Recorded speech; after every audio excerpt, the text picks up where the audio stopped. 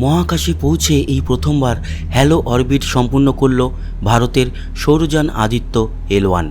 সূর্য এবং পৃথিবীর মধ্যেখানে যে ল্যাগ্রাঞ্জ পয়েন্ট 1 রয়েছে, মানে L1 সংক্ষেপে, তার চারদিকে একবার পাক খেল আদিত্য L1, ভারতের প্রথম সৌরযান। ভারতীয় মহাকাশ গবেষণা সংস্থা ইসরোর তরফে গত মঙ্গলবার এই ঘোষণা করা হলো। 2023 সালের 6 সেপ্টেম্বর আদিত্য L1 সৌরযানের উৎক্ষেপণ হয়। এরপর 2024 সালের 6 জানুয়ারি সেটি হ্যালো অরবিটে প্রবেশ করে। সব মিলিয়ে 178 দিনে L1কে প্রদক্ষিণ করল আদিত্য L1। সেখান থেকেই নজরদারি চালালো সূর্যের উপর। ভারতের প্রথম সৌরযান আদিত্য L1 সূর্যকে পর্যবেক্ষণ করতে মহাকাশে পাঠানো হয়েছে। গত 6 মাসে সূর্যের উপর নজরদারি চালিয়েছে সেটি।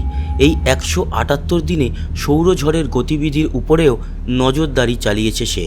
মে মাসের শুরুতেই পৃথিবীর বায়ুমণ্ডলে সৌরঝড়ের প্রভাব পড়ে। সেই সময় সূর্যপৃষ্ঠে কী ঘটছিল কাছ থেকে লক্ষ্য করে ভারতের সৌরযান। তবে এই যাত্রাপথ মোটেই সহজ ছিল না বলে জানিয়েছে ইসরো। তারা জানিয়েছে গত 6 মাসে বহু বাধা বিপত্তি পেরোতে হয়েছে আদিত্য L1কে। পরিস্থিতি এমন দাঁড়ায় যে অভীষ্ট কক্ষপথ ছেড়ে বেরিয়েও যেতে হয়। সবচেয়ে বেশি সমস্যা হয়ে দাঁড়ায় অভিকর্ষীয় টান।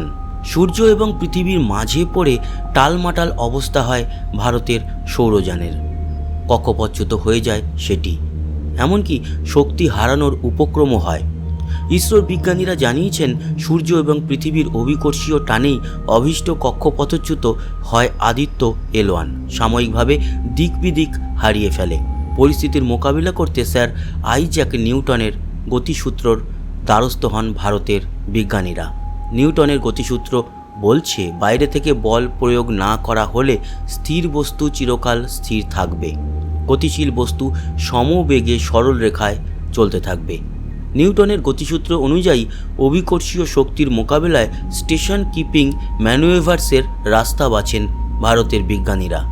ইসরোর তরফে 3টি ধাপে বাইরে থেকে বল প্রয়োগ করা হয়। প্রথমে আদিত্য L1-এর থ্রাস্টার চালু করা হয়।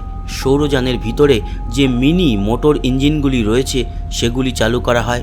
প্রথমে 22 ফেব্রুয়ারি, দ্বিতীয়বার 7ই জুন এবং তৃতীয়বার 2রা জুলাই।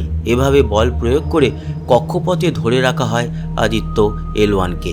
কীভাবে কক্ষপথচ্যুত হয়ে পড়া আদিত্য L1কে কক্ষপথে ফেরানো হয় তার বিশদ বর্ণনাও দিয়েছে ইসরো।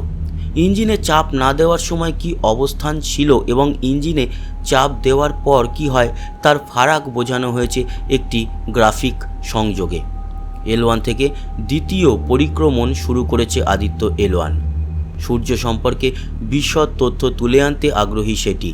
নির্ধারিত কক্ষপথ ধরেই যাতে সেটি এগোয় তার জন্য আগামী দিনেও বাইরে থেকে হস্তক্ষেপ করতে পারেন বিজ্ঞানীরা।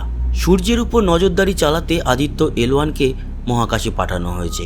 মহাশূন্যে সূর্য এবং পৃথিবীর মতো দুই বস্তুর পারস্পরিক আকর্ষণ এবং বিকর্ষণের ফলে মাঝে যে স্থিতিশীল অঞ্চল গড়ে ওঠে তাকেই বলে ল্যাগ্রাঞ্জ পয়েন্ট। এই ল্যাগ্রাঞ্জ পয়েন্টকে মহাকাশযানের পার্কিং স্পটও বলা হয়, কারণ কম জ্বালানি খরচ করে সেখান থেকে মহাজাগতিক কর্মকাণ্ডের উপর নির্বিঘ্নে নজরদারি চালানো যায়। এমন 5টি ল্যাগ্রাঞ্জ পয়েন্টের হদিশ মিলেছে, যার মধ্যে L1-এ 6 মাস আগেই পৌঁছে গিয়েছিল আদিত্য L1। আর হ্যালো অরবিট হলো ল্যাগ্রাঞ্জ পয়েন্ট L1, L2 এবং L3কে ঘিরে থাকা পর্যায়ক্রমিক ত্রিমাত্রিক কক্ষপথ। দূর থেকে জ্যোতির্বলয়ের মতো দেখায়। কৃত্রিম উপগ্রহ এবং মহাকাশযানগুলিকে হ্যালো অরবিটে প্রবেশ করানো হয়। এখানে মহাকাশযান স্থিতিশীল থাকে, অবস্থানের কোনো পরিবর্তন হয় না, ধাক্কা লাগে না অন্য মহাজাগতিক বস্তুর সঙ্গে। কমিউনিকেশন স্যাটেলাইট জেমস ওয়েবের মতো স্পেস টেলিস্কোপের অভিযানে এই হ্যালো অরবিট ব্যবহৃত হয়েছে। হ্যালো অরবিটে প্রবেশের ক্ষেত্রে পূর্ব নির্ধারিত গতিপথ ধরেই এগোয় মহাকাশযান। কোথাও কোনো ভুলচুক যাতে না হয়, দিক নির্দেশে যাতে ভুল না হয়, তার জন্য মহাকাশযানের গতি নিয়ন্ত্রণে রাখতে হয়। আদিত্য L1-এর ক্ষেত্রেও তৎপর ছিলেন ভারতীয় মহাকাশ গবেষণা সংস্থা ইসরোর বিজ্ঞানীরা। অবশেষে সেটি হ্যালো অরবিট ধরে এগিয়ে L1কে প্রদক্ষিণ করতে সফল হলো।